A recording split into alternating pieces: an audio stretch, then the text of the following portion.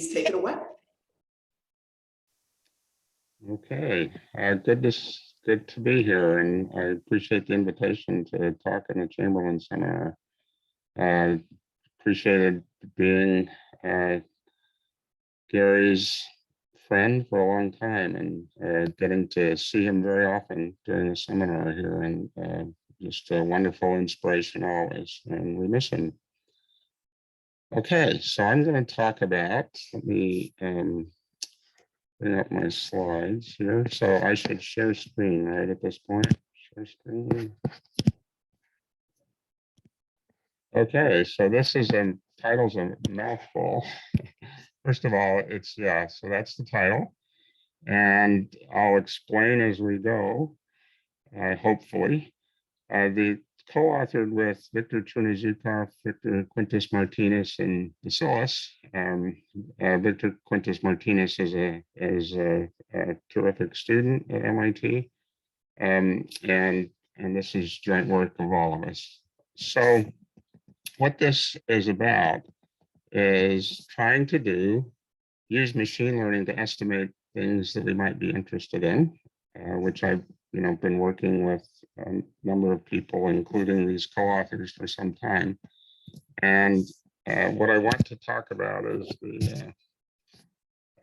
is generalized linear regression as the machine learning step, and then debiasing that using a neural net. So there's kind of two things here. The main contribution is going to be how to debias automatically in a general way, and then with results specifically for neural nets. So, okay, so what is a generalized linear regression? So a generalized linear regression minimizes the expected value of a convex function over a closed linear set of functions.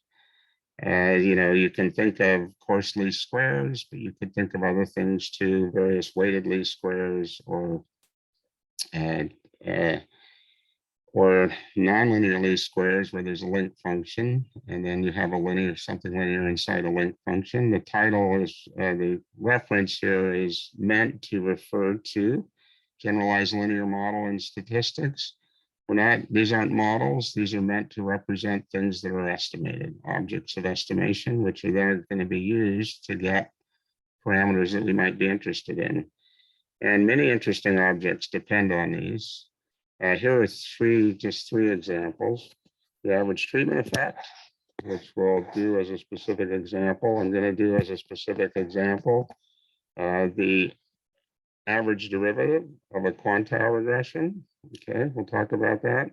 And then kind of a whole wide class of things, structural parameters that depend on conditional choice probabilities, including, again, average treatment effects and of various kinds that involve inverse propensity score weighting, for example, would be included here, but also structural parameters of dynamic economic models are included here also. These examples are much simpler, so I'm going to focus on them. Okay, so the motivation for this is that for thinking about machine learning here is the regression may be high dimensional. Large data provides the opportunity to use many covariates to potentially satisfy the conditions needed to identify an average treatment effect. A quantile regression may be high dimensional, and Victor Chernozhukov's worked on that along with others. And in the economics, you may have many state variables that affect the conditional choice probability. So this talk is about using machine learning to estimate a linear function of a generalized regression. And we're going to keep it to linear just to avoid complication. Nothing really depends on that. You can do this for nonlinear functions too. Okay, so machine learners in general are really good at predicting, amazingly good, right? People are working hard on trying to explain why they work so well in practice, neural nets in particular. Methods include neural nets, random forests, lasso, reproducing kernel Hilbert space methods, and others. And so one of the key features of these learners is that they build in some bias, basically. You're estimating a high dimensional object. In order to do that, it's important to regularize or model select somewhere, and that builds in some bias. If you didn't do that, you would, just have super high variance. So there's a trade-off between bias and variance. As a result, if you plug in a machine learner into a formula for a parameter of interest, the bias passes through to the parameter estimator and gives poorly centered confidence intervals for it. A solution to this problem is to use name and orthogonal moment functions, which we refer to these as, and those are moment functions in GMM, where the effect of the first step that you're plugging in is 0 to first order. Okay, and so there's a number of really nice previous papers on this and cited here, and there are others as well.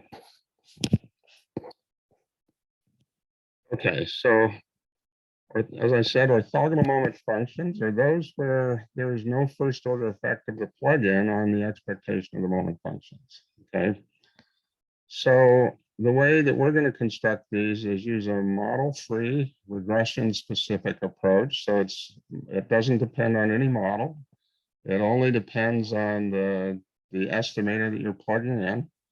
And the way you get those is by adding to the identifying moment function the non-parametric influence function of the expected moments evaluated at the probability limit of the generalized regression estimator. Okay, that's a mouthful too. It just means that it's really the whole debiasing that we're going to do is specific to the object you're interested in, the parameter of interest, and to whatever estimator you're using. Okay. It depends on the limit of that estimator. It depends on what that estimator actually estimates. Okay. And then it uses that to debias.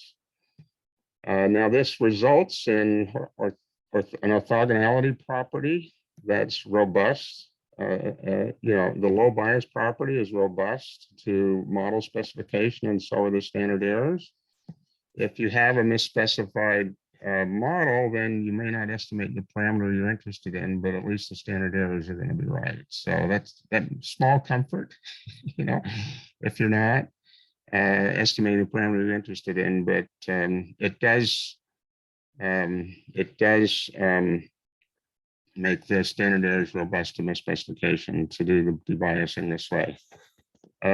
There is another approach that has been adopted, substituting various regression estimators for conditional expectations in efficient scores for certain models. It's not robust in that way. There's a paper, JASA paper from 2015, and then there's an Annals paper from Tom who talks about how to get the right standard errors that are robust. Now, this is I just mentioned this to distinguish what we're going to do a little bit from the previous literature. Okay. The orthogonal moment construction described here builds on other papers earlier in statistics. There's a very early paper by Hasminsky and Abragamov who said, don't ever estimate functionals of a density by plugging in, always add this bias correction. We'll talk more about that later. And then Pickle and Ritov's paper, then a paper earlier with Shea and Robbins, and a Robbins paper. I'll look at this in earlier literature. Now, the automatic part of the title means the debiasing is based only on the parameter you're interested in and the generalized regression. In other words, you don't need to know actually what the form of the debiasing is. You up to an unknown function, you estimate that function by just using the object you're estimating. Okay, and so this was done earlier for Danzig and Lasso for linear projections in these two papers. So the innovation in this paper is in giving automatic debiasing based on neural nets and other learners for generalized linear regression. the main innovation is the automatic debiasing in a way that you can apply neural nets to do it. Okay. Or actually, we're going to give Monte Carlo for generalized random forests, or you can actually use any machine learning method here to estimate the this function that's going to enter the bias correction. So the bias correction is based on a minimizer of an objective function specific to the parameter of interest. And this paper absolutely builds, as you can already see, on a wonderful previous work in econometrics and statistics, and we'll try and refer to some things as we go. Oops, sorry. We also give a Monte Carlo comparison of the state-of-the-art neural net dragon net estimator of the average treatment effect with neural nets and with a generalized random forest estimator. And we find large improvements using these auto DMLs with neural nets and generalized random forests. Okay, PP means pause. Great. Thanks very much, Whitney. First, do we have any questions from our panel?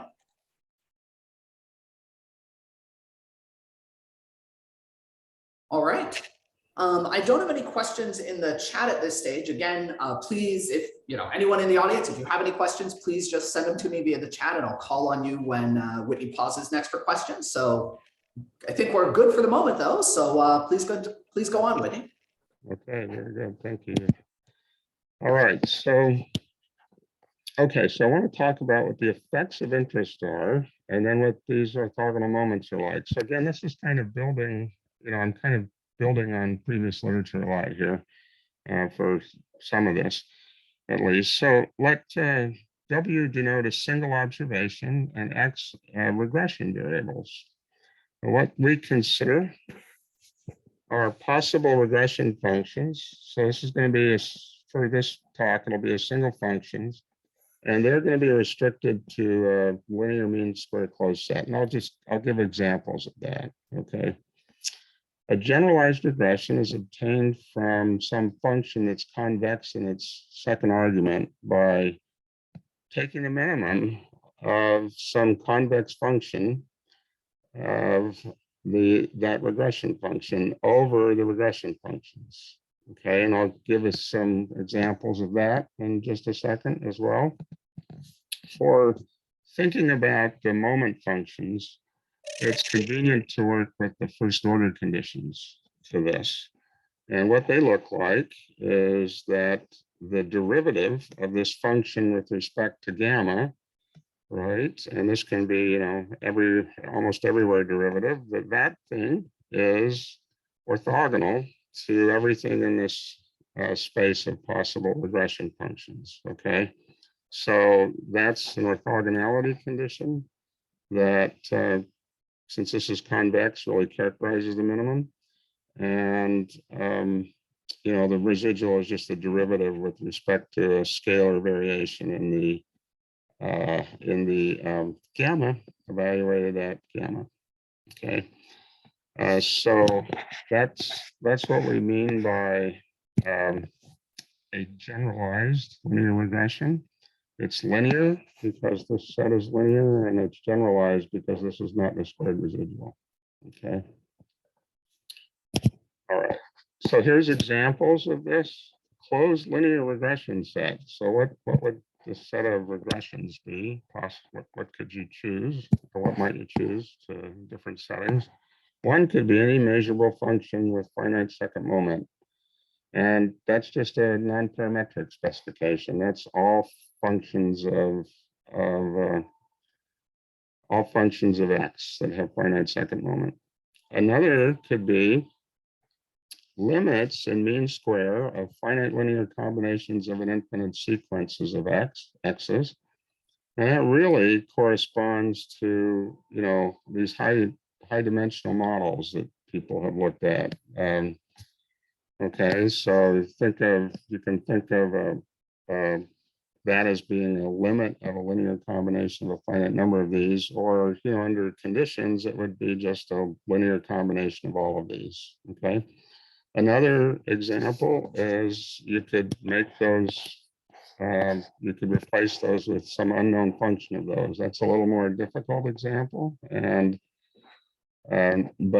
But this is just meant as a further example. I'm going to primarily focus on these two in the talk, but you could do other things. And actually, there have been some interesting things done pretty recently of this kind with other kinds of functions, and I'll refer to that in just a few minutes. Okay, so that's examples of the linear set, regression set gamma. Okay, examples of generalized residuals. Well, y minus gamma. Okay, that's corresponds to the first order conditions for least squares. Gamma naught's just the least squares projection of y on gamma. Another example is the first order conditions for quantile estimation. So it's a indicator function for y less than gamma minus some tau. Tau is between 0 and 1 and says which quantile objective function you're looking at.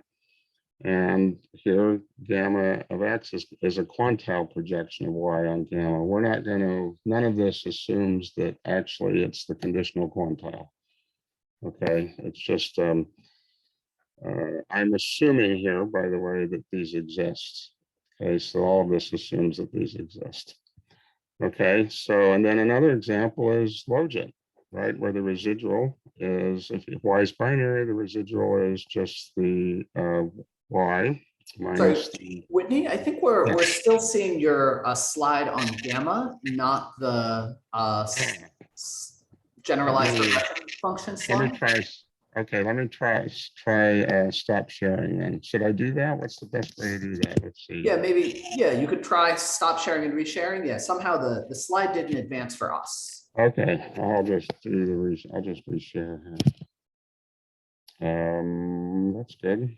Let me look at it just a second.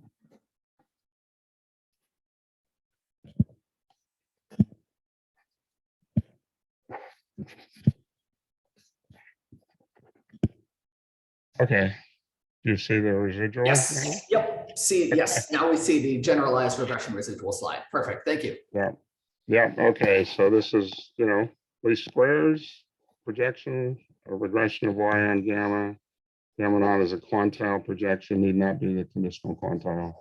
And this is, what you estimate with logit, basically, when y is binary and you have some linear set of functions. Okay, so I'll pause again. Great, thanks very much. So any questions from the panel? Yeah, Whitney, if I could just ask a question. Are there like ways that we want to choose the right residual function to get efficiency? Are we worried about efficiency here? Do we have to build that in at some point? Or are you sort of just taking these as given and it's efficient if it happens to be? Great question. So I'm taking these as given. It would be a good question to ask inside a model if you're interested in a model. So what this taking as given does is it leads to a bias correction that's non-parametric basically. So I'm just going to take it as given, and then you might want to, and as you think about how to estimate a particular parameter, if it's over-identified, and you have some model you're interested in and it's over-identified, then you might want to adjust this absolutely. Simplest example, is weighted least squares for regression. Anyway, I don't want to, anyway, yeah, so you definitely, good question. So kind of a related question, Whitney, about the choice of the capital gamma, the set of gamma functions you're considering. So in a particular case, clearly you could try to look for the most general gamma, but that may be difficult given the data available. But you want to think of this as you're choosing that at the beginning, and you're not letting the data help you kind of give any guidance there. It's kind of, yeah, absolutely. We're not for this purpose. It's kind of, you could, if you wanted to let the data give you guidance, you could embed it, right, in a big enough gamma that includes all the things that you might look at. And then if you did what we were describing, you'd get the bias correction would be fine. If you're using the data to select which gamma you're using, as long as it's within some big enough one, then you would need to do the bias correction for the big one to get it to work right. But that would be a way you could think about trying to do that. In a way, we do that when we already do that, I think, when we think about putting, looking at a linear combination of a lot of regressors and just look at linear combinations of regressors and pick P of them where P can be much larger than the sample size, and then use Lasso or Danzig or something to choose the one, to estimate that projection. So is that that answer? Is that good? Yes, thanks. Thanks. Just to follow up on that. So if gamma is misspecified in the sense that what you need is the conditional expectation, but you're doing a projection. So then in the second step, should we think of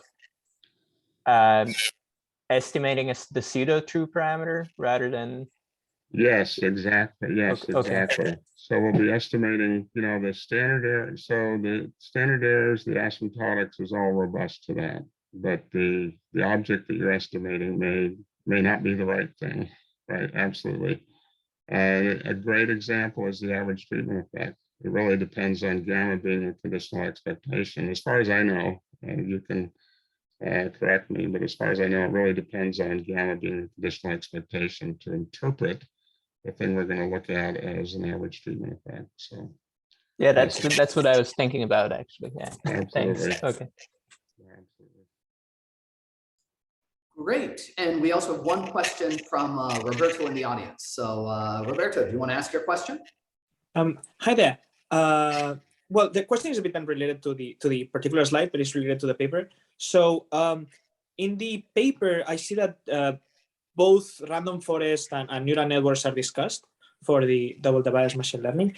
And I know that kind of like in machine learning circles, there's this kind of like rule of thumb that for unstructured data, people go with like images and text, people go with neural nets, and for something more structured, the people use like XGBoost and variations of random forest. And it seems that they have very good performance in things like Kaggle competitions. And I was wondering, given that you study both methods in this paper and another posterior paper, I believe, if I'm not mistaken, I was wondering, over these two methods, did you see any preferences of one over the other theoretically or empirically, and in which scenarios? Thank you very much. I think, it's a great question. I think that the guidance from the literature that you cited is good, right? If you have some structure, I think it's the economics or something gives you the structure, then it's nice to impose it. And it is easier to do that with neural nets. In fact, Max has some recent work on this with Liang and Mishra on kinds of neural nets, and I know that others are working on this too. Yeah, I think that's good thought, definitely, to if you have some structure, to impose it. And then what this does is it kind of tells you how to debias within whatever structure that you choose. You can kind of think of that as picking gamma to some extent. Some of these things that some of these kinds of structures that people looked at are different linear sets of functions, but they may not be. If they're nonlinear, then don't know quite. Probably the same kind of thing would work, but we haven't looked at it. I don't know if they're nonlinear structures. So. Great. Thanks very much, Whitney. Please go ahead. Okay, so, all right. The parameter of interest we're going to look at is this. It's the expectation of some function of a data observation, that's W, and the gamma naught. And M, we're going to restrict M to be linear in gamma. Just, it just avoids some things. So you can do things for the nonlinear and gamma case. The other key assumption that we're going to make is that another key assumption is that there's some way to represent this function as the expected product of some function of x with gamma, where this function of x also lives in cap gamma. Okay, so that's called a Rees representation. The function in gamma, it has to have finite second moment. And this is equivalent to mean square continuity of this function here, the expectation function, over this linear set. Okay. All right. And this, in fact, this existence of this gamma is actually a necessary condition for root inconsistent regular estimation of this object when gamma is in this set of functions. And from this earlier paper where I didn't actually show that, but shown recently by Hirschberg and Wager, and more recently, Chernozhukov, Newey, and same. Okay. This class of parameters is in this 2016 locally robust paper. And maybe, anyway, it's there. Okay, so example, average treatment effect, very important in lots of settings now. So Y is an outcome of interest. X is a binary treatment indicator and vector of covariates, could be infinite dimensional. And rho is just the least squares residual. Okay, so here gamma naught's the linear least squares projection of Y on gamma, just the regression, if you will. And the parameter of interest, the way we're going to formulate this is the M is the difference of this projection at 1 and Z and 0 and Z. Okay. And if gamma naught is the expectation of Y given X, and potential outcomes are mean independent of treatment, conditional on covariates, and you need an identification condition, then theta naught is the average treatment effect. In order to identify theta naught, for this to be identified, you need a condition. It's the average treatment effect, and Rosenbaum and Rubin showed that.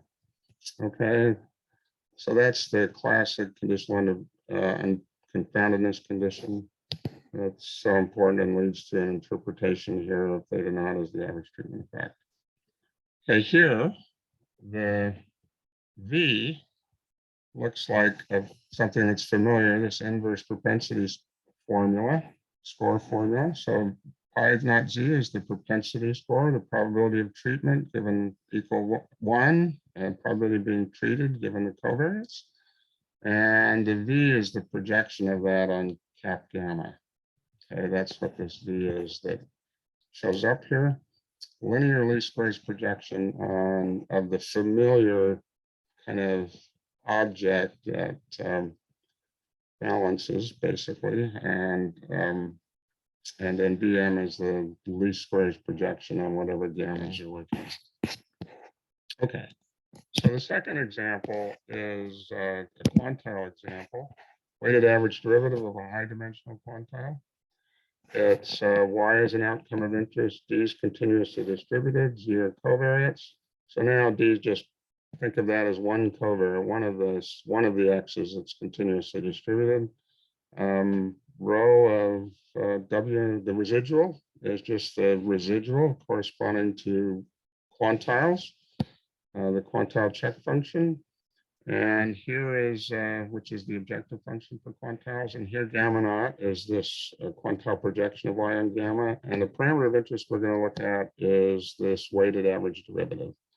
Okay, you take the derivative of gamma with respect to the continuous variable D, you multiply it by some weight that's a function of X, and then you take the expectation of it. This generally doesn't have a causal interpretation as far as I know, but it is a summary of how the quantile projection depends on D. So you can just think of this as kind of a thing, the way that we think of this is just kind of a summary measure of the effect of D on X, on on this quantile projection. Okay, and so here you got the VM that, you know, the expectation here is the expectation of VM times gamma naught. That's the projection of this thing that comes from integration by parts on the set of possible regression functions. Okay. Okay, so those are the examples.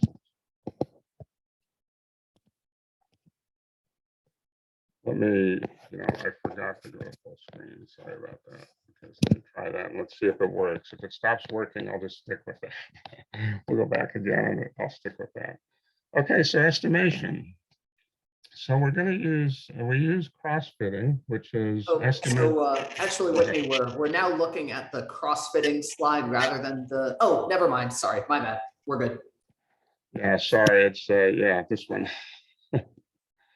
Yeah. Yep. Okay.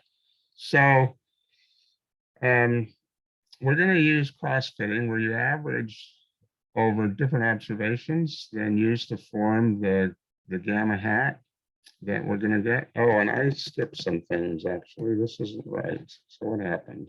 I apologize. Let me go back. Am I scrolling? Yeah. Yep. So Important slide. No, important slide. yes. Got to give the orthogonal moment functions, right? Okay, so the orthogonal moment function depends on this VM. It also depends on a V row. In general, in this generalized regression setting, it depends on a V row, which is minus the derivative of t of the residual, conditional expectation of residual given x, okay, at t equals 0. Okay, so the orthogonal moment function is going to depend on that as well. And this is known, so that's not a big deal, or we can estimate it in a straightforward way. We'll talk about that. Assume that it's bounded and bounded away from 0. And then the orthogonal moment function is obtained by adding to the identifying moment function. So that's that, theta naught is the expectation of this. So if we want an identifying moment function, just take this and subtract theta. Okay, and you add to it the non-parametric influence function of this. So in other words, just think of this as a function of f. Gamma of f minimizes this expectation, and f can be any distribution subject to regularity conditions. And then this object, the non-parametric influence function here of this object looks like gamma 0 times the residual, and gamma 0 solves this. It's this weighted, minimizes a weighted least squares objective function where you the thing that you're trying to approximate over gamma is this ratio, and you weight it by this V row. The orthogonal moment function is the identifying moment function plus the non-parametric influence function. Okay, and this is that's the orthogonal moment function here. We're going to talk about where you get alpha from, how you get alpha. That's going to be the main. How you estimate alpha is going to be a main innovation in this paper. Doing that by neural nets or random forests, and then you're just going to use this to estimate theta, and this is added to debiased. And now this orthogonal moment function is doubly robust in the sense that, did it scroll? I'm scrolling the wrong way. Back to where I was. Okay. Doubly robust in the sense that if either one of them is equal to the truth, either gamma or alpha is equal to not the truth, but the projection, or the true alpha, either one is equal to the truth, and the other is in this set gamma, then the expectation of this moment function is 0 at the true parameter. Okay, that's double robustness here, what we mean by that. And it's double robust if and only if this expectation is alpha naught times rho is linear in gamma. So for some generalized regressions, there isn't a doubly robust result. You know, it requires basically rho to be essentially rho to be linear in gamma. And this is also from this earlier paper. Okay, pause. Questions from the panel? Sure. So your last comment about in some cases it's not possible to do this. Do you have any intuition kind of for what characterizes the cases where it's not possible? Kind of, are there any interesting cases where that doesn't work? Yeah, so absolutely. Here is one, because if you look at, yes, so here, the intuition, I'm sorry, is here. The intuition is here because double robustness in the sense that this has expectation equal to 0, right? That means that this is 0 for all gamma, right? That makes this a linear function of gamma, right? And so that's where the necessity comes from. So you have to, and for some parameterization or for some way of setting this up, it has to be linear. And when you have this, which we've already assumed is linear, the m, that we've already assumed that's linear in gamma. If this is not linear in gamma, then I don't know of any examples where you can rewrite it so the whole thing is linear in gamma. So examples of that, I think, is this average derivative for the quantile. I don't think that's not doubly robust, and so that's an example of it. Thanks. Okay, any other questions? Yeah, Whitney, can I just ask more of a clarification question, really? It's kind of related to double robustness, even if it's not sort of doubly robust in the expectation sense that you wrote down, right? Just the more general one when you have an orthogonal moment is that if you get either function right, you get a consistent estimator. Let's stick with that one. For the problem you wrote down, like the average treatment effect is a great example. I know exactly what I need to do. I need to get the regression function correct or the propensity score correct. Here, in your case, I need to get the regression function gamma correct or this alpha correct. And either way, I'll get a consistent estimator. So question one is my understanding of that correct? And then question two is, how can I understand a little bit better what that alpha is? For example, in the average treatment effect case, it's not the propensity score, it's the projection of that sort of piece that involves the propensity score on gamma. Is that generally something that's like I have intuition about what that looks like, or is that somehow easier to get than the propensity score or harder? Just sort of like clarifying what this alpha 0 is that I need to get right would be helpful. Cool. Yeah, great question. So it's convenient for estimating alpha. It's great for estimating alpha because then as long as you can span gamma in some way, then you can estimate alpha. And so that's what's nice about it. Now, to answer your specific question about this, the doubly robustness result, notice that gamma is only over the cap gamma right here. So that this actually doesn't cover the kind of double robust result that you would like, that you mentioned, right? There's a way to do that. I probably, anyway, I'll skip going into a full description, but the way to do it is to think about, let me try and back up here. Think about, so did it go back? Yeah, okay. Let's go back to example 1. What you really need, actually, is for the projection to equal this. That's actually what you need here in order to get the average treatment effect. And the way that you, what's going on is there's another kind of Rees representative, which is the Rees representative over all functions of X. And for that, the double robustness result to get the average treatment effect depends on this reasonable representative being equal to that one. Okay, so really, this is, you really need here, what does that mean? You would need this. You need this linear combination of these two things to be equal to the projection on the whatever set you've got. Now, if it's non-parametric, you're done, right? No problem.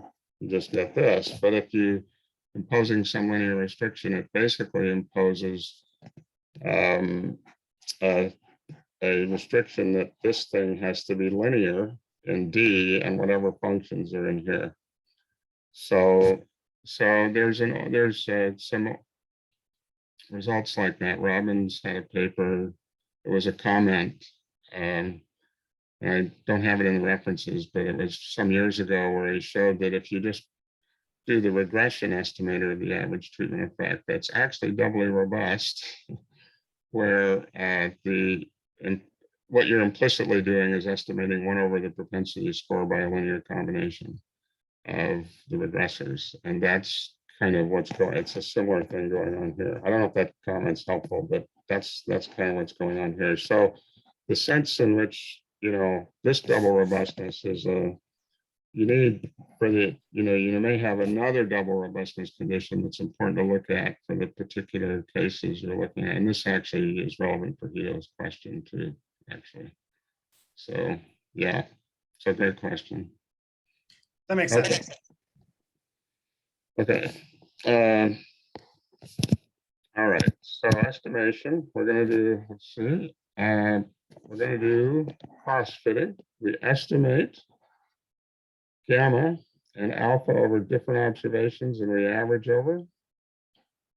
Okay. And so we let to this, and this has been done before by Bickel and Schick a long time ago. And we picked it up for the debiased machine learning very recently. And then to describe it, let IL denote a partition of the observation index set into L distinct folds of about equal size, distinct subsets of about equal size. In practice, we've used L equals 5 or 10 if the sample size is smaller. Let gamma hat L and alpha hat L be estimators constructed from the observations that are not in IL. And then the theta hat and associated asymptotic variance estimator are just gotten by solving the moment conditions where you cross-fit. Okay, so here's the average of the part of the moment condition that depended on the data. You plug in an alpha hat, you plug in a same gamma hat here and here. That's important. And then you average it in the way that's cross-fitting. So as you average across I, you put in here the observation I, and you put in here the gamma hat, which does not use the observations you're averaging over. Okay, that's the cross-fitting, and then you just, to get the standard error, the variance estimate, you just subtract off theta hat and square it. Okay, that's this object subtracting off theta hat. This is this object subtracting off theta hat. And you square that and take the sample average over all the observations of the square, and that's the asymptotic variance estimate. Okay. So there it is again, same thing. Now, obviously, there's two things you need to do here. You need a gamma hat and an alpha hat. The gamma hat can be any regression learner as long as its mean square convergence rate is some power of 1 over n. We have such rates for neural nets, thanks to earlier and recent work. We have some results, and this is probably not, there may be other recent results as well, for random forests and mean square rates, and for lasso, we have a older result, classic result from Vasilis and Syrgkanis, and boosting results. So anyway, the point is, gamma hat can be lots of different things, and this will work asymptotically. And the alpha hat, I should say, and this is actually, there's a nice paper by Farrell and Michal looking at generalized linear regressions that model individual heterogeneity, neural net gamma hat, M of W a type of nonlinear function, alpha hat constructed by plugging neural nets into the formula. What's distinct here and kind of the main innovation in the paper is to give an automatic alpha hat. It only uses M and does not use a formula for alpha naught. Okay, so that's kind of the main thing. It took 2/3 of the slides to get here. I'm sorry about that. It's kind of you could characterize this different ways, but I'll just say that we're building on earlier work. We're building on earlier work. So here's the main slide, really, of the talk. Really, the main slide of the talk is how do we get the alpha hat? How do we get the alpha hat? Okay. So here's what alpha naught satisfies. It minimizes the subjective function. I mean, we use this objective function to describe alpha naught. Okay, and then what we're going to do is just rewrite the objective function. If you multiply things out, there's a term involving the squared alpha naught here. But think of this as, I'm sorry, not alpha naught, but this object. This is squared times v rho. That doesn't depend on alpha. If you multiply this out, the cross product term, the v rows cancel, and you get this minus 2 expectation vm alpha. Okay, and then of course you just get the squared term, which is v rho of x times alpha squared, right? And then we just use the fact that this characterizes the expectation of m, and so we stick m back in here. Okay, and so it becomes equal to a constant c plus expectation of minus 2m alpha plus v rho alpha squared. Okay, and so that gives us something we can do using the data to estimate alpha. We know what m is. We can estimate v rho, or actually we don't even need to do that. I'll get to that in a second. And then take alpha squared, replace the expectation by a sample average, and this gives us an equation for estimating alpha. Okay, so we construct alpha hat by minimizing the sample analog, replace the expectation with the sample average. We're going to use a W hat rho, which has conditional expectation v, so we don't have to actually estimate the v. We can, like, if this weight is known, we can just use the known weight. Okay, but we'll want it to estimate a weight such that the expectation of the weight is this v.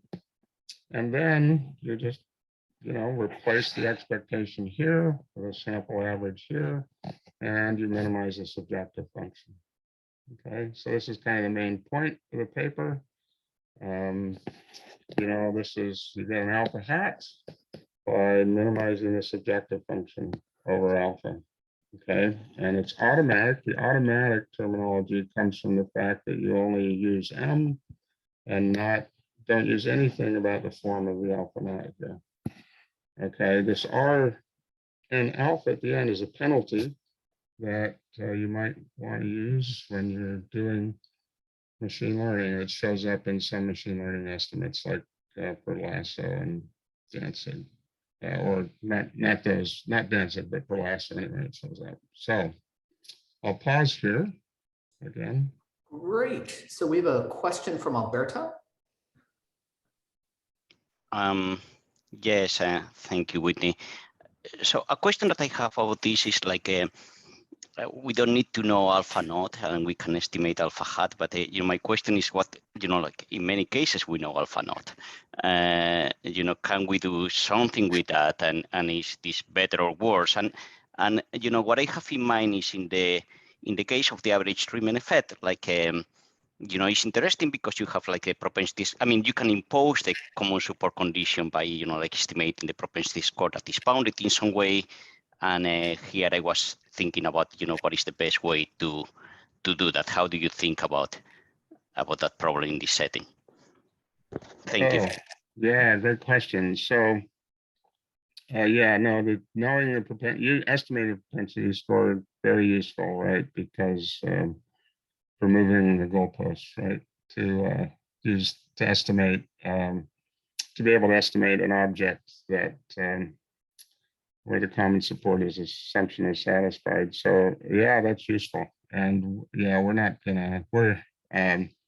right. And so there may be a role for doing that even before you do this, right? Before you do this. And absolutely, I agree with that. That said, one of the things this avoids is having to invert the propensity score, right? And so if you are worried about the common support assumption being almost not satisfied, you might worry about extremes that you might get. And so you can avoid having to invert it by doing this. And we'll look at the objective function in just a minute. And it looks like from Monte Carlo we have and from others that other people have done, that maybe that might be a good thing to try, is to avoid inverting the propensity score. But absolutely, if you're worried about the common support assumption, which we often are in applications, then the estimated propensity score is a very useful thing to do. Yeah. Okay. Great. Just to check, do we have questions from the panel or we? Just a quick clarifying question. So for this W, that estimator W hat can be anything as long as it's consistent? Yes, although let's see, the rate results depend on the rate of estimation of that. Yeah, the rate results for alpha depend on absolutely on the rate of estimation of that. So yeah, and the rate results for alpha will be important. Yeah. But so do you have guidance on the choice of that, or you just take that as given? Yeah, I think that is kind of specific to the problem, I think. For what we're going to do so the short answer is no. Not yet. We haven't done enough yet to think about that in some of these settings. What we're going to do for the quantile example is we're actually going to use a kernel directly, kernel involving the residual, rather than try and estimate the density and stick it in. So, but we don't have Monte Carlo evidence or anything on that yet. So don't know. Good question. Great. Thanks very much, Whitney. All right. So just examples of this that have been done some previously is a couple of earlier papers they're up here. There's other ways, particular ways of doing this. This is actually doing this objective function as lasso, but I'll show that in just a second. There's also a nice minimax objective function in Hirschberg and Wagner, 2018, and a paper also with Victor Chernozhukov and Rahul Singh and Vasilis. And lasso, what this looks like, okay, so this is just exactly the objective function we had before. When you take the alpha hat to be a linear combination of some functions that potentially, that approximately span gamma and that are in gamma, and then this is the lasso estimate of alpha hat. You take these dictionary functions times coefficients which solve a lasso, minimize a lasso objective function. Rahul Singh has actually worked on doing this and has a nice paper doing this for reproducing kernel Hilbert space and neural nets. You can do the same thing, and we have now done this. It's in the Monte Carlo, which I'll get to shortly. And so what you would do is you would minimize this objective function over alpha that's a neural net, okay, with some weight here and just the neural net plugged into this function. And whatever this function does to the neural net, you just do that and plug it in. I'll give an example. of that in just a second. And you know, one of the things that you need to impose here is that alpha is in this linear set. And Farrell, Lang, and Misra's paper have some nice ways of imposing linear restrictions in neural nets. So that's quite useful here.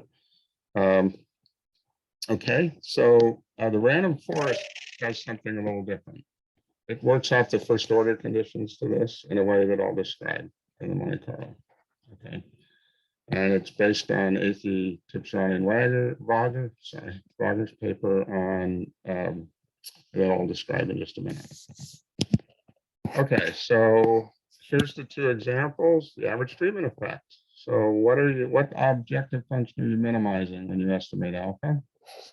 Okay, what you're minimizing is this objective function. It minimizes the sample average of the alpha -2 times the alpha evaluated at 1 in ZI minus the alpha evaluated at 0 in ZI plus alpha squared.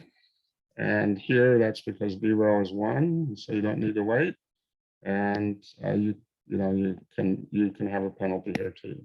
So this has this feature that there's no inverting of an estimated propensity score. You're just minimizing over the alpha function.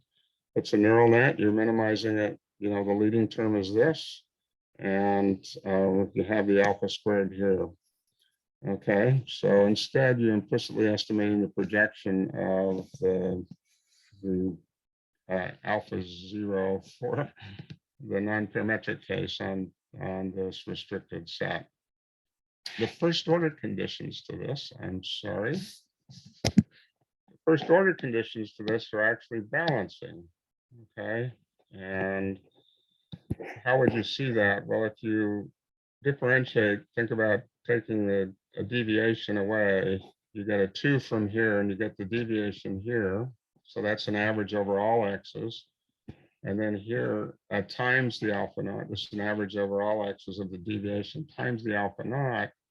And then here it's just the it's just the deviation evaluated at 1 and 0. And so this is actually just the first order conditions to this are just a balancing. So you can think of, if you do this by neural nets, the first order conditions are balancing the neural net, okay, to construct these balancing weights, which are the alpha. Right in it, right. So,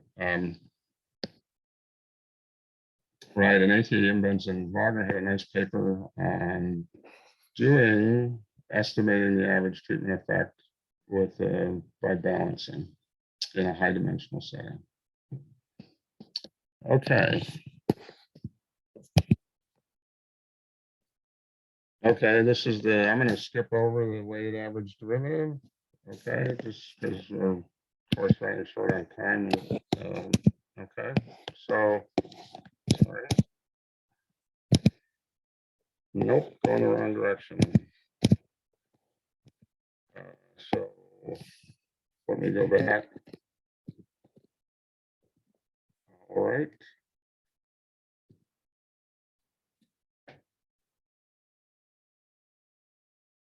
Okay, so this is that's the example. Okay, so this is the asymptotic theory, large sample theory. So I have time for the Monte Carlo. I'll just go through this like super quick. Yeah, if it's fine. Given that we don't have a discussion after, if you want to take like an extra 5, okay, 5 so minutes. like, yeah, you can take some extra time. We're good. Okay. So the conditions here are, okay, why is this non-parametric? So I wanted to give a brief discussion of this and how it relates to other ways of debiasing that people have adopted. Okay, so why is it non-parametric? Why is it robust to everything? Okay, it's because we've made it that way by turning the object of interest into something that's completely non-parametric. So that's the short answer, as it were. Okay, so what we want to show in the asymptotics is that if you center the estimator at the true parameter, that's asymptotically equivalent to a sample average of something that isn't estimated. okay, because then you can apply the central limit theorem to this and get asymptotic normality. So that's what we want to show.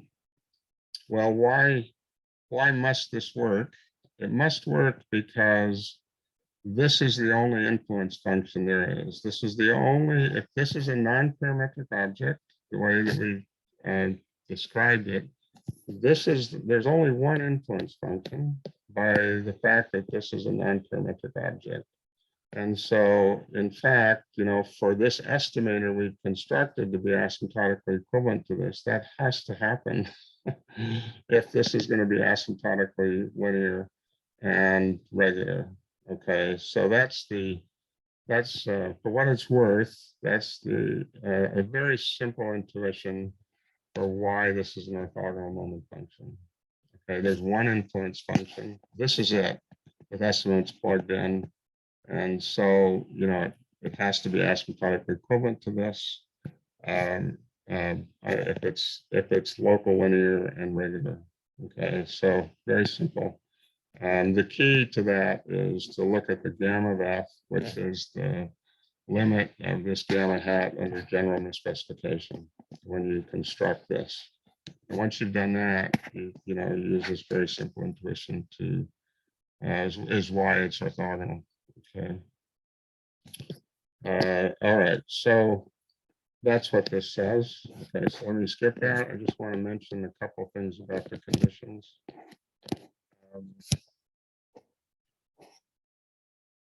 Okay, so here is the result on estimation of alpha using this objective function that delivers a rate.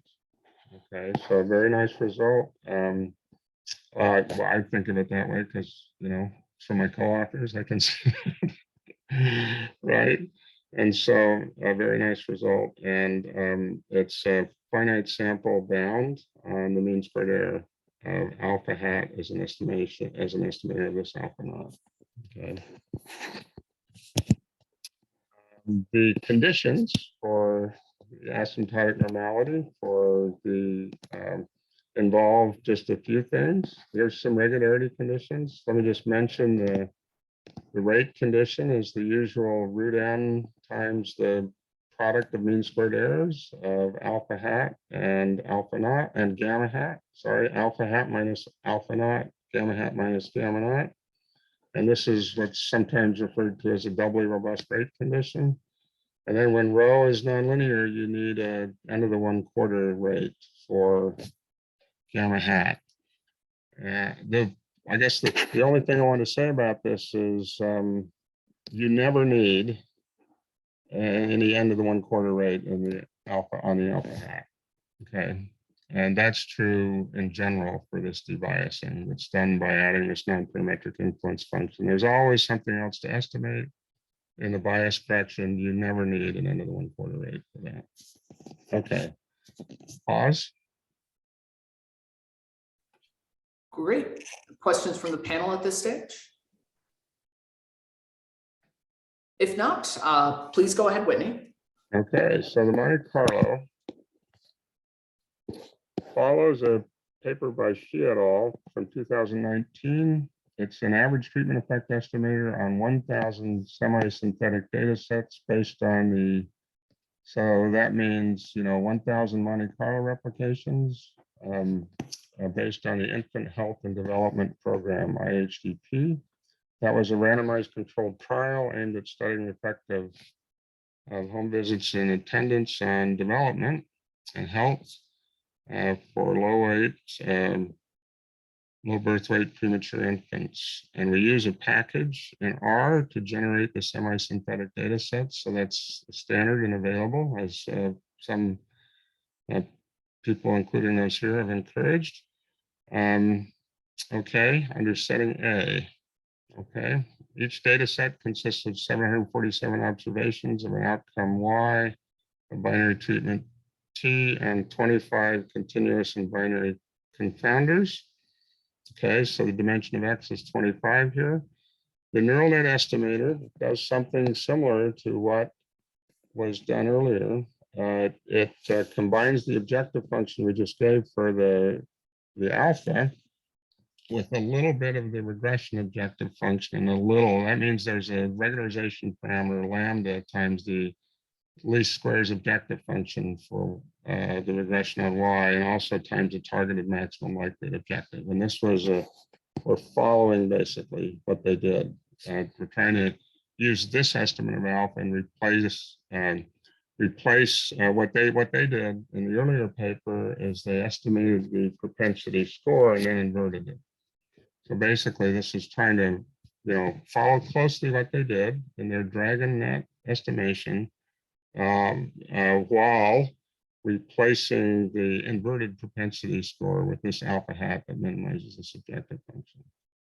Okay, the random forest estimator, it uses an approximation of alpha of this form, where you take smooth functions here, and you use generalized random forest to estimate these coefficients here. It solves this conditional moment problem using slightly different cell splitting based on the alpha objective function, okay, than was used.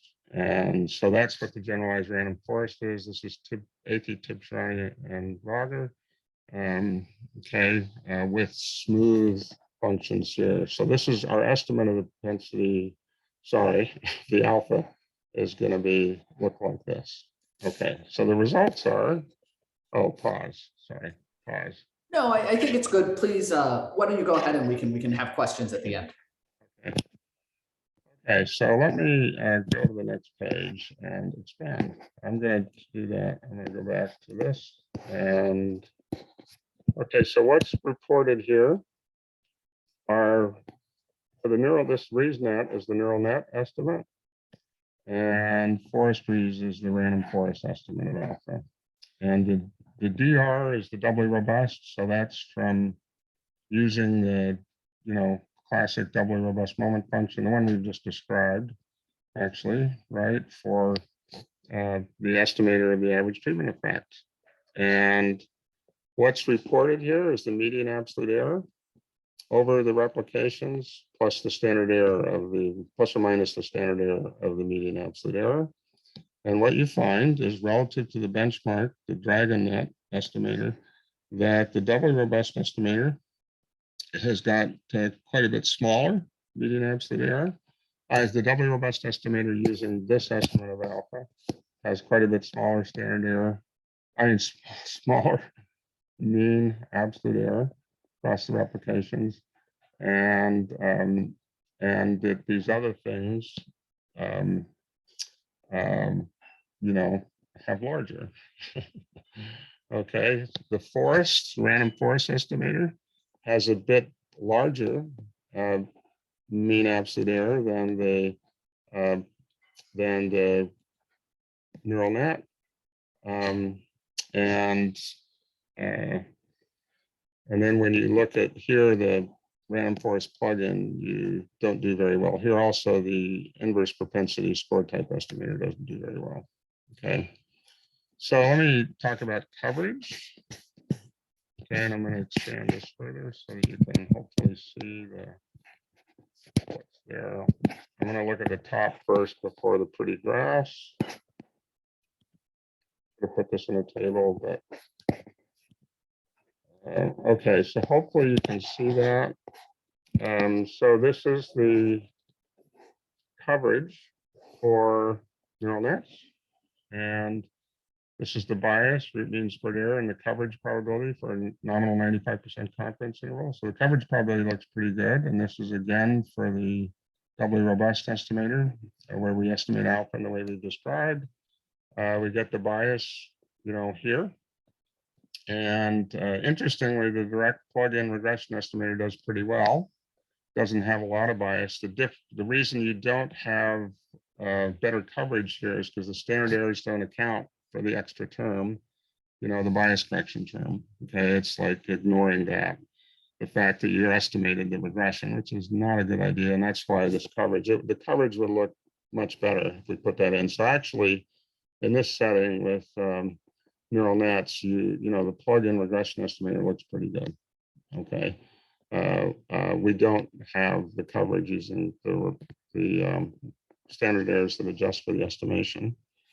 Here, you do the random forest estimator, and it actually looks great. Low bias, coverage, great. Now, as we saw before, it's got a bit more dispersion, but you do have low bias and great coverage for the random forest estimator. And you compare that with an inverse propensity score approach, you don't do so well. And same, the direct doesn't do so well here either.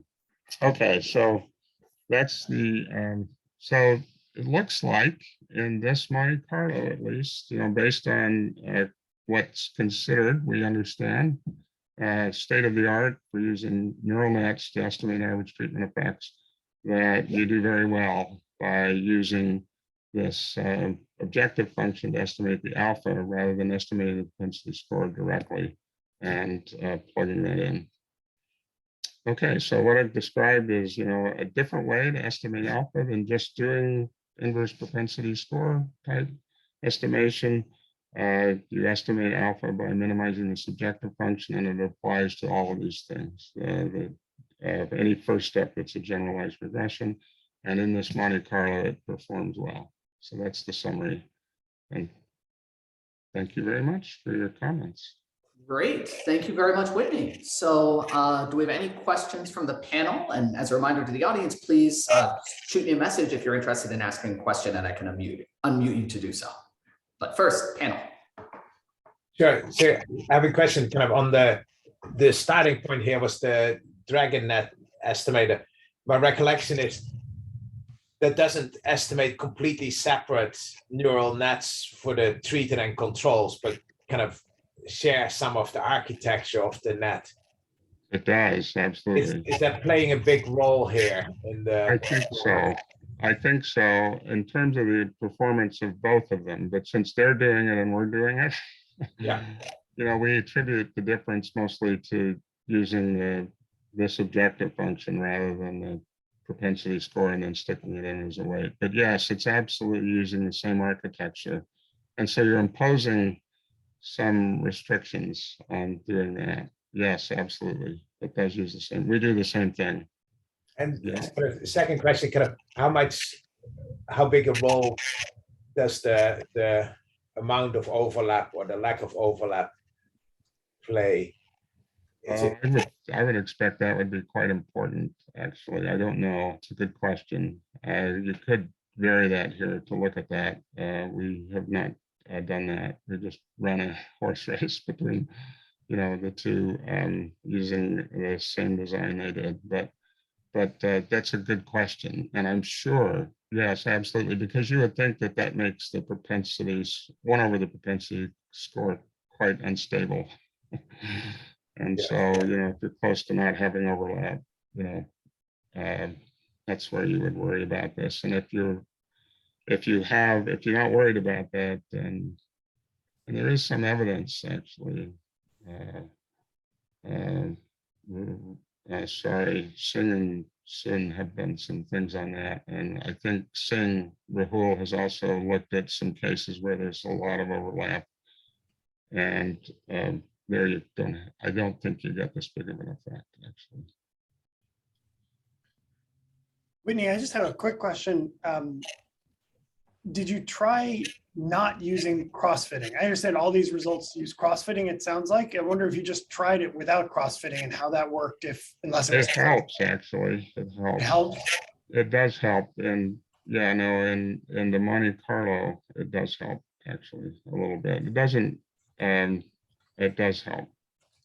It does help. So even though the theory says do cross-fitting, that's kind of been our experience in other settings too, that if you don't do it, it actually can help with the precision, even though we don't really have theory for those things. Well, I think in the case of the average treatment effect, you don't need cross-fitting even with neural nets, but for other estimands, you might. So this is a case where the theory kind of backs you up, I guess. Yeah, that's true. Yeah, that's true. Right, you can do it as you've done, right, without cross-fitting. That's true. Yeah.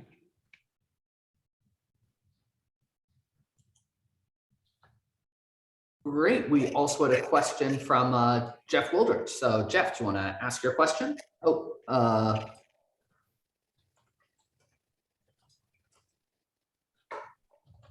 Oh, Thanks, Isaiah. Thanks, Whitney. Really interesting. I'm playing catch up as usual, but I had a question. So if you knew you had a randomized controlled trial, do you know for sure that this would outperform this simple difference in means estimator? Good question. I don't know, actually. So when you're doing this, in the small dimensional case with regression adjustment, you would know that if you were doing fully separate regression adjustment. I think this is actually, partly related to Guido's question about, are you kind of reproducing what one would do in a small dimensional case by doing separate regression functions for the control and the treated? I don't know. It's a good question. Yeah, good question.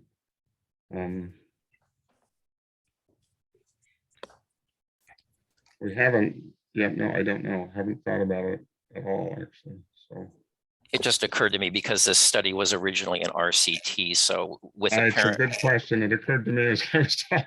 with not too many observations, and so you could imagine shrinking standard errors would be pretty useful in these kinds of contexts. And yeah, I'm sure it does it in practice, but I'm just wondering if the theory says that too. Well, let's think about it. The propensity score is constant. So, Yep. Right. So, in that setting,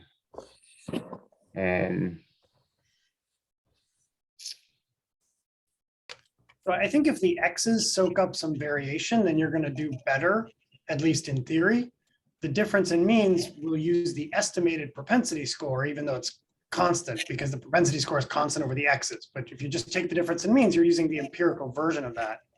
So you are using the estimated propensity score, but you're not going to pick up anything from the X's. And so that you're not going to get the efficiency bound from that, I think. Right, but with heterogeneity, you have to be careful about how you use the X's, right? Just throwing them in with common coefficients across the treated and the control can actually be worse than estimating them separately. So just right, and you would be doing that if you did this, right? That would be what you would do different alphas for, that's right. Yes. Mm-hmm. So yeah, there are settings where, there are settings where we know it's better to estimate things and to set them equal to their true value, and it may be, that would have to be a second order thing, I presume here. But, it's a good question.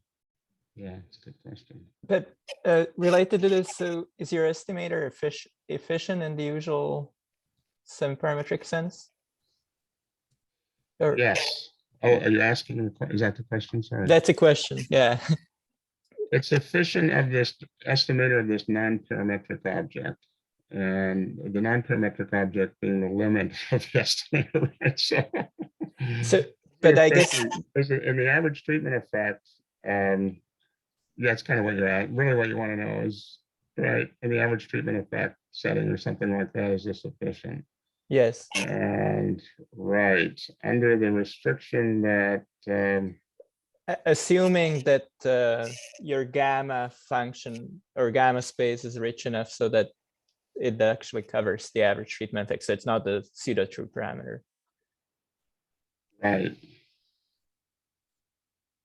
Yes, the answer is yes. Because if the answer is yes, then it will be more efficient than the difference in means, or will be more efficient than the difference in means estimator, to answer Jeff's question.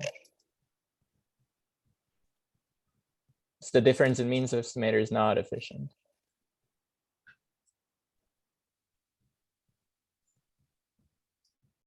Very good.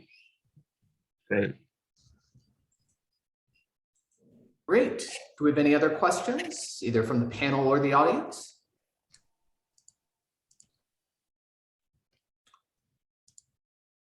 So all right. Sorry, one more last question. So if the gamma space is not rich enough so that you think of parameter, what does this double robust property mean? How do we think about it? It's just, yeah, no, it's not as interesting anymore. Okay. It's not as interesting anymore. It just means that, so what does it mean? It means you only need the doubly robust rate condition, right? You don't need any under the 1/4 consistency for the, so that's the main thing. And no, absolutely, totally. So in the case of the average treatment effect, absolutely, you need, the conditional mean to be in the gamma in order for this to happen. Better be, I need to, actually, I would prefer to answer, maybe we could talk about that over the efficiency a little later, because I want to think about it actually. Anyway, it's a great question about efficiency here. And I want to think about it, but I need some time to do that for thinking about specifically about the average treatment effect relative to this kind of bias correction. So, great question.